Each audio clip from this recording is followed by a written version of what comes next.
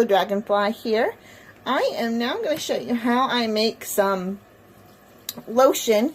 And this is a healing type of lotion. Really, you can use it on anything. Any dry, cracked skin, anything that you kind of want to heal a little bit faster. So, first thing, I use a graduated cylinder, and I use this particular one because my hand mixer, or stick mixer, whatever you want to call it, fits into it nice. You don't have to use that kind of a mixer.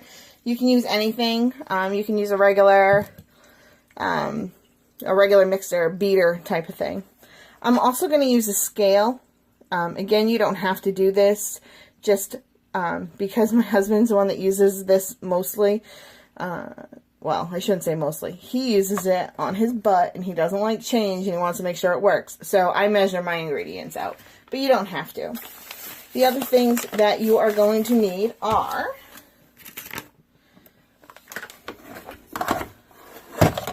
some wooden spoons, or whatever you want to use to get your lotions out of the, and butters out of their containers. I have a couple of smaller wooden spoons, measuring spoons. You will need some lanolin, and I happen to use this brand. I use a lot of Now products, mostly because you can get them on Amazon. I like them. They're not too expensive, and they work pretty good.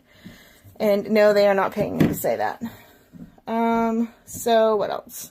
Some coconut oil. And this is just a big giant jar of coconut oil. Some shea butter. And this again is from Amazon. Now the lanolin is good for anti-fungal, antibacterial. It heals cuts. It speeds that up. Some people have some things against lanolin. Do your research. It's really good on the skin. Coconut oil is also an antifungal. It's also an analgesic and has some anti-inflammatory properties. It's also good for cleansing and protection. Lanolin for protection as far as the magic part. I'm going to list with the video the ingredients I use, the mundane reasons, and the magical reasons that I use them for. So, shea butter is an anti-inflammatory. I also use it for healing and protection. Dandelion oil is a one that I've made. This is all I have left, so I'm going to have to make some more this year. And that is an analgesic. It is made out of the dandelion flowers, and this particular one is made out of olive oil. It's also for cleansing and good luck. Then some beeswax. You can use shavings. I just happen to have these testals or whatever, beads, beeswax beads. And they're an anti-inflammatory, antiseptic. A good reason to use the beeswax is a good combiner. It combines magical energies, kind of pulls them all together and holds them. Next year, I'm hoping to have bees so I can have my own beeswax. But for now, this is just some beeswax I got off of Amazon. What else? Glycerin. Glycerin is a stabilizer. It is also a good moisturizer. So anytime you want to make a lotion, it's a good idea to put some glycerin in there. And you can buy that anywhere. It's just a vegetable glycerin. I think I actually bought it in Walmart or someplace like that. Tea tree oil, which is an antifungal, antibacterial, antiseptic. I use it for strength. I want my lotion to be good and strong and do its healing. Lavender oil, and if you watch any of my videos where I make anything, lavender oil goes into everything for healing and love. It's also an anti-inflammatory and antiseptic. And some sandalwood. This is good for cleansing and protection. Also an anti-inflammatory and antiseptic. Normally, I would put some vitamin E in as an antioxidant. Also helps stabilize the lotion a little bit. I'm putting glycerin in, so it's not necessarily needed today, and I'm out of it. For the vitamin E, a lot of times you can buy vitamin E in a liquid form and use it that way. A lot of times I will buy the vitamin E capsules and just break them open. For what we're doing today, 2 capsules would be plenty. Okay, so let's get started here. And I am going to do, let's see. I just had to change the batteries in this, so let's see if we can get it to 0. When you're using your scale, put your container on the scale and then 0 it. Do not 0 it beforehand. I don't know if we're going to be able to get the camera kind of looking over this container because it's kind of big. Let's see. Oh, like I said, it's good. Alright. So, all of these lotions, the shea butter, the coconut oil, they're all relatively hard and sticky to start with. I always use the wooden spoon because it's good for the wood. And I use my fingers because it's good for the fingers.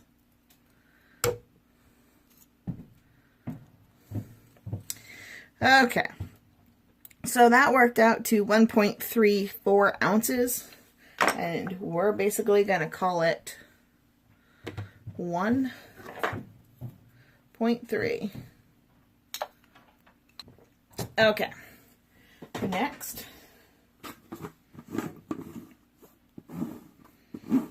we're going to add some coconut oil. If you want, you can always soften these a little bit beforehand. Mine stay in the craft room, so it's pretty cool in the craft room. So they stay kind of hard.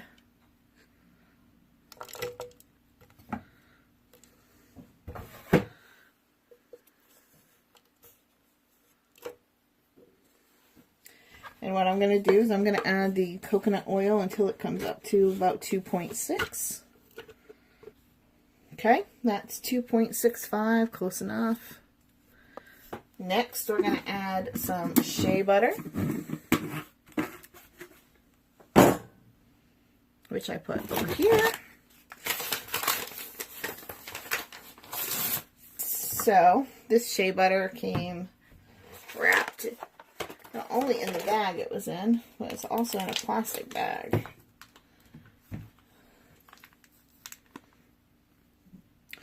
So I want the shea butter, and I'm going to get it up to 3.9, and it's pretty close to that. It's actually 4.2 if you can see that in the camera. I really don't know, but you get the drift. So it doesn't have to be exact, but it has to be pretty close, at least for me. Alright, so the next step is to melt this down. Now, to melt it, you can do a couple of different things. You can stick it in a hot pot of water and kind of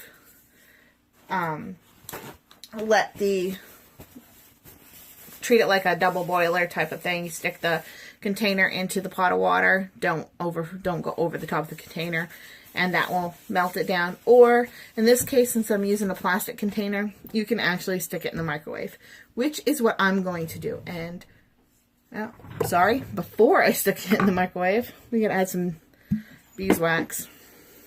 The beeswax, my thing is measuring 4.2 right now. I am going to add enough wax to bring it up to about 5.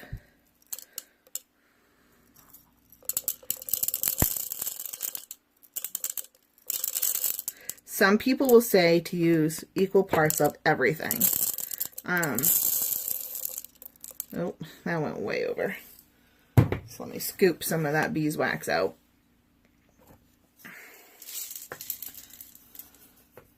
I used to use equal amounts of beeswax. So if I was using 1.3, I'd use 1.3 of the beeswax as well. But my husband doesn't like it that way. So we'll use a little bit less.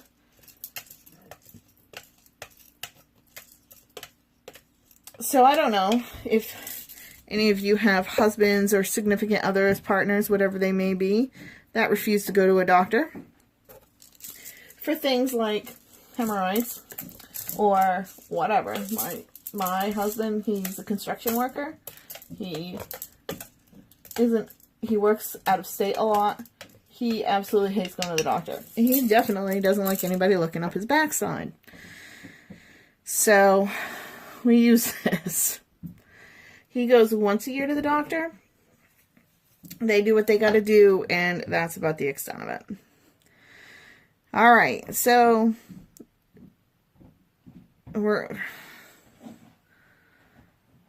a little bit over, so, and it's gotten mixed in there, so you're just going to have to deal with what I got now. All right, so let me pause you. I'm going to go microwave this, and I will be right back.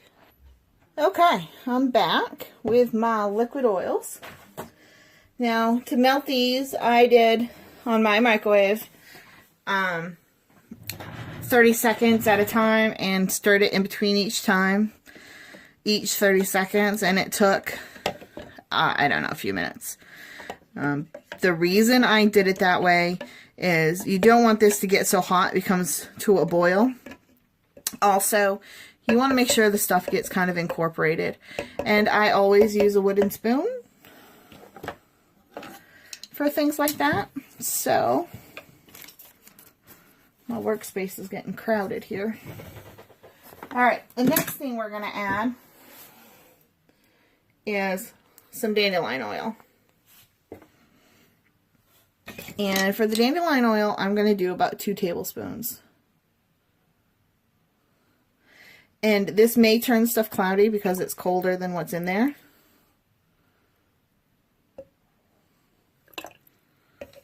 Not too bad. Okay. So 2 tablespoons of the dandelion oil.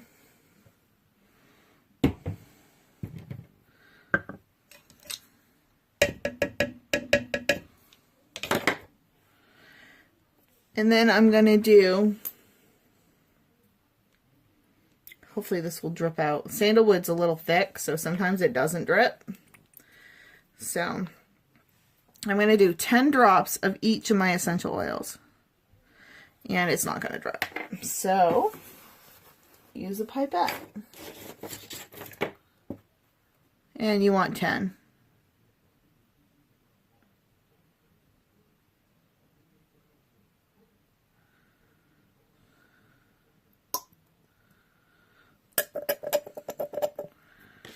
Okay.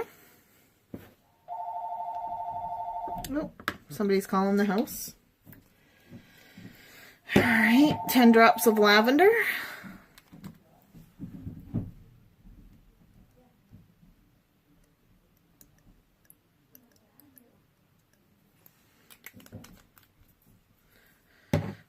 And 10 drops of tea tree oil.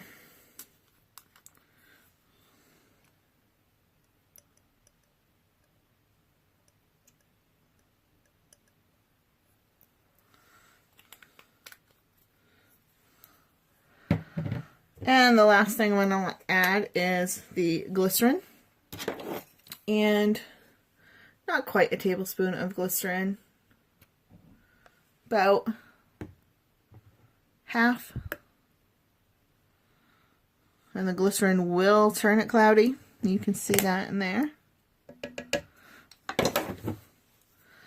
And then next, what we're going to do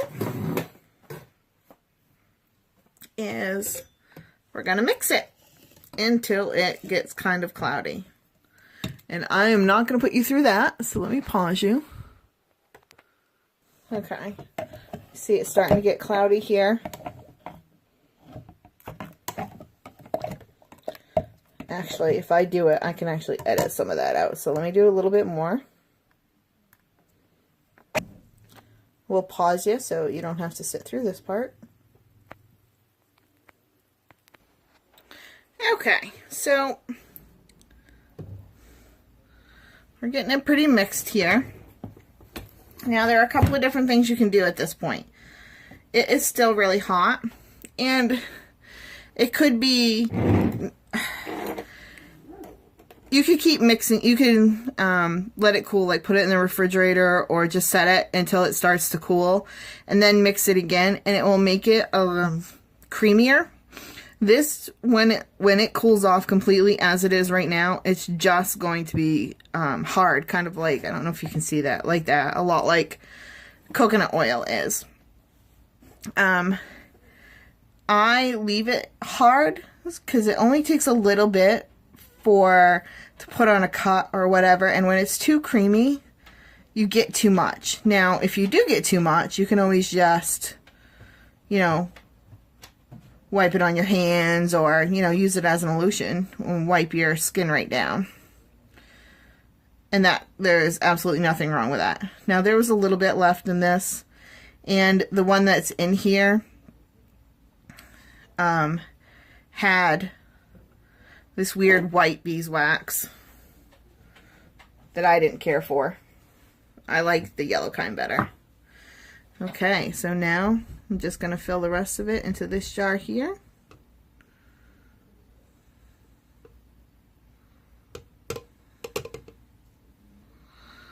And I'm going to take my long wooden spoon and just scrape some of this stuff off in it.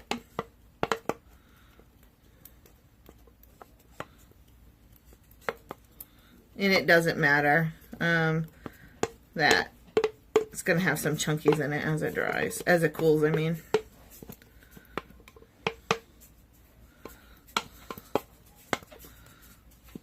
Whoops. Helps if I can get those out.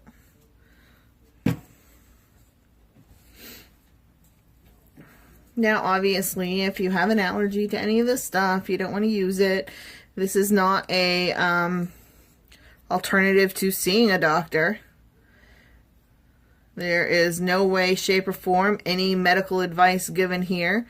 The information I found as far as what is anti-inflammatory, anti-inflammatory, antibacterial, antifungal, analgesic, I found all online on the internet on multiple sites. I do not claim ever testing or knowing any of that and all this happy disclaimer stuff. Okay? So, if you use it and you get sicker, don't blame me. Do your research, people. And that is the end of what my husband calls butt cream. A lot of times I'll put this stuff into purple jars, and my kids will use it on minor cuts, scrapes, scratches, things like that, and they call it the purple jar. And since I only had a clear jar, but it does have a purple lid, we can continue to call it purple jar. Purple jar cream. So, butt cream for my husband, purple jar cream for the kids. Have a great day.